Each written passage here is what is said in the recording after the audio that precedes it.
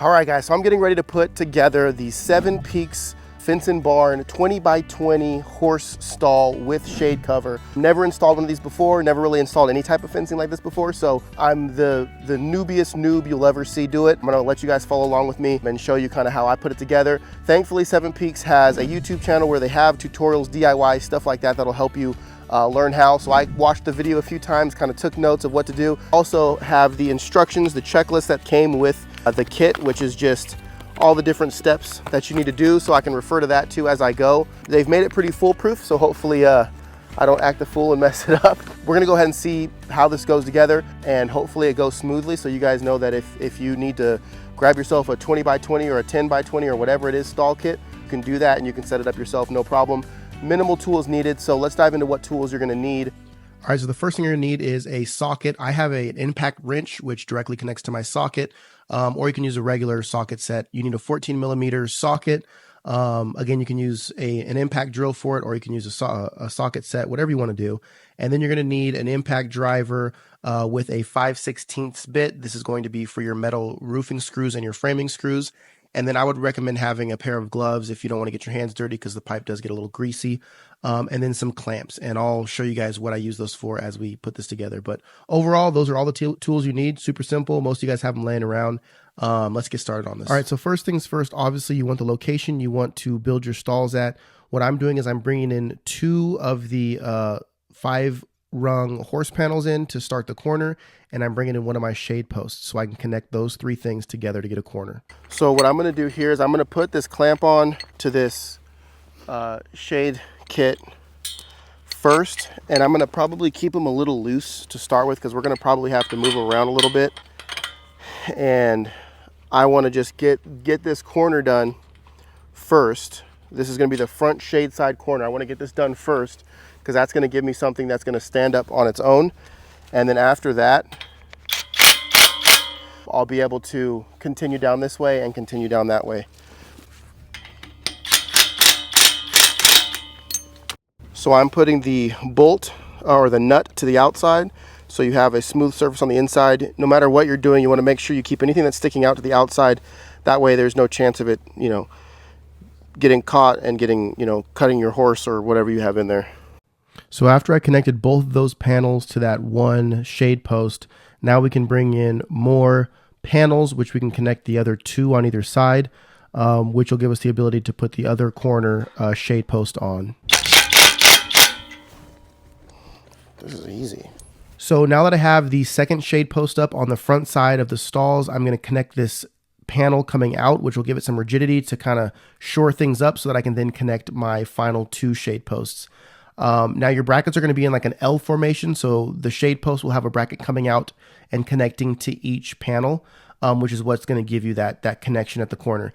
And just a quick tip here, remember that your shade posts go on the inside of your panels, not the outside, so your brackets will come out from the shade post to connect to your panel. And as you can see from the bottom of this panel, our dirt is not level. We live on a slope, so I didn't want to level out the stalls so that water would sit. So we actually put it up on a rock, and I'll show you what we did later on to keep everything level. So I went ahead and set these 2 panels. So in order to get this in here, if you just slide it in there, it'll latch in, and then you can slide your bolt through, put this clamp on it, and you're pretty much good to go. You want to clamp your shade cover to the 10 by 10. So these panels are 10 foot. Your shade is going to be 10 foot. So you don't want to put it on the next one. Everything is connected to a singular panel. So this one's connected to this panel. The one down there on the corner is connected to this panel. And that's what gives you your 10 by 10 dimension. And all I'm doing for these clamps is they come together with a little nut on it. All you got to do is unscrew this nut, pop this out, and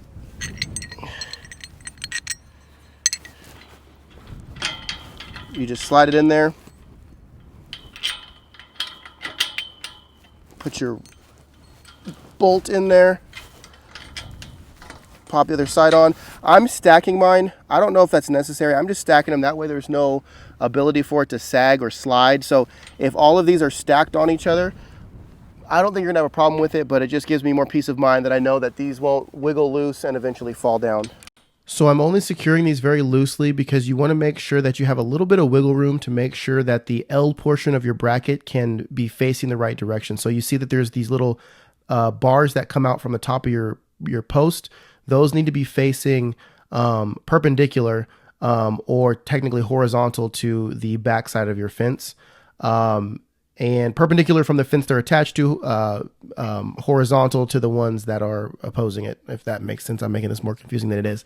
But you guys can see that they're both facing the right way. That's the direction your shade covering is going to go. All right, so what I'm doing now is I'm going to pull square. So from this post, which there's 4 posts for your shade cover. There's 2 in the front, and then there's 2 at the 10-foot mark. So I'm going to butt my tape to this, and I'm going to pull a measurement to that corner post, and then I'm going to do the same thing. And I'm going to move these in and out in order to get a square area. That way I know when I put my 2 trusses up, they're going to be lined up and they're going to be correct. 260 and a half.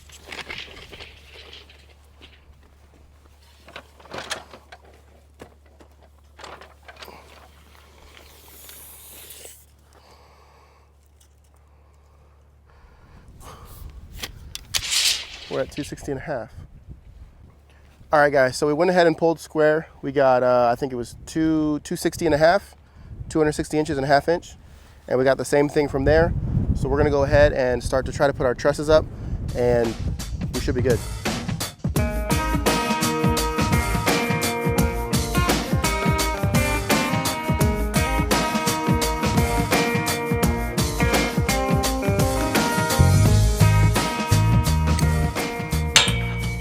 So I'm putting 1 clamp here on the bottom,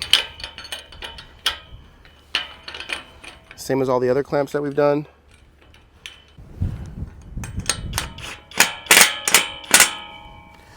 Then I'm doing 1 clamp here on the side.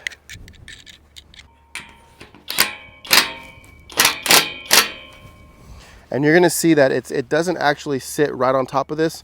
It's gonna be a little higher because this bolt's gonna push it up, and that's totally fine. Cinch these down and you should be good to go. So we just repeated that with this second one. Really easy. They're actually not that heavy. You just set them up there, get them between the brackets, and you want to lock them in. On this one, the top post was a little bit too narrow, so we actually had to bow it out just a little bit. I'm not sure how that happened, but it wasn't a big deal at all. It took, just a little bit of grabbing it with my hand and pulling it out, and it just slid into place. So really simple, really easy. And now we go to the crossbars. So quick thing that I forgot to mention, once you get everything lined up, a second bracket goes on to the bottom. So make sure you throw 1 more bracket on the bottom of each one of those. Takes about 2 minutes, so just make sure you lock those in. All right, guys, so I'm putting up the cross braces, and this is when you're going to use these framing screws. There's no pilot holes in these pieces here. So these are going to be self-tapping. You're going to put 3, 1 in the middle, 1 on the side, 1 on the side, and you're going to have 2 coming in towards the middle. I'm going to set this middle one first, then I'm going to move to this side one, and I'm going to loosely set that one there while I set my cross piece, and then I'll secure that far one in when I'm done with that. For the first cross support, you want to put it right in the middle where the center lines are. You can see those little blocks going up. Once you get that set in the center of your shade cover, you're going to screw it down with 2 of the self-tapping framing screws. Those are going to be in the box that's labeled framing screws. It's pretty clear. Go ahead and throw 2 of those in there. This is the first one you want to set. This is going to be the center one, and then we're going to set the outside ones loose. And then we'll do the cross ones and then secure the outside. So I set the outside one loosely without screwing it in, and then I'm setting the cross beam, and you want to set that one 5 foot in from the outside of your stall kit, secure that, and then you can secure the outside cross beam.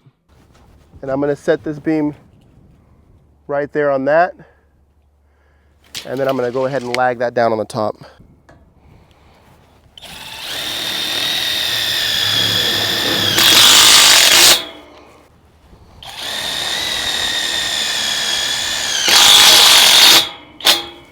Now, when I set my next cross beam, that flange that's going across the top is going to be on the bottom. That's where your clamp's going to come in handy, so you can clamp that on there, which is pretty much what's holding all that together. So you have the top one, the one that's going to go this way is going to be on the bottom. So once again, I'm going to set this end cross support loose, and then I'm going to set the middle beam across with those clamps. Those are what those orange clamps are for, because that flange is on the bottom. So I'm going to clamp those to there. I'm going to screw those in, and once those are screwed in, I can pop those clamps off, and we'll be good to go. This one was, so you see the screws are on the bottom, because this one is the opposite. There's 2 screws on the bottom because this one here obviously was on the top, so it kind of secures that in. This one's on the top, and then same thing on this end is it goes across the top. So now on to the metal roof. You want to start the metal roof with the short side of the metal towards the end. So one side of the metal will be flash and sit flush on the framing. One side will kind of be curved up. The curved up side is going to go to the outside of your shade kit. Now I screwed down the first piece fully because I wanted to make sure it's square, and then I put all the other panels up and I just screwed down the middle line, because you can't walk on this roof, so you won't be able to screw this down later. So you want to make sure you get that center beam completely screwed down. You want to do 1 screw inside of each valley, and I'll show you that here.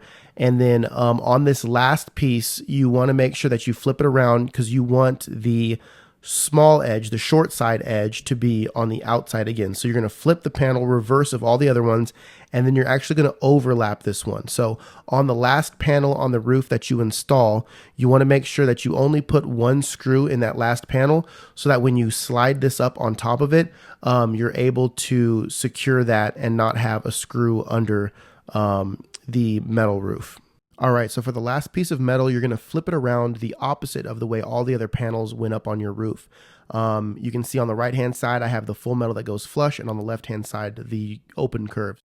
So it seemed a little quicker to me to install these metal panels by just screwing down the center line, and now I'm going back and screwing down the front and the back side to the framing, as well as the 10-on-10 screws. Super simple, and took, I don't know, maybe 10 minutes. And once you're done with your covering and your metal roof, you can go ahead and install the rest of your fence panels. It's really easy. You just clamp them down in 2 spots on each connection point. We install the gate, and we're good to go, guys. All right, guys, so we just got the gate panel in, and you can hear this. It's a little noisy. So I have a grease gun that I use for my skid steer, trailers, whatever else. And I can actually just pop this on this grommet here. Oop. And I can actually give this a few pumps until you start seeing it pile up there. Same thing with the bottom.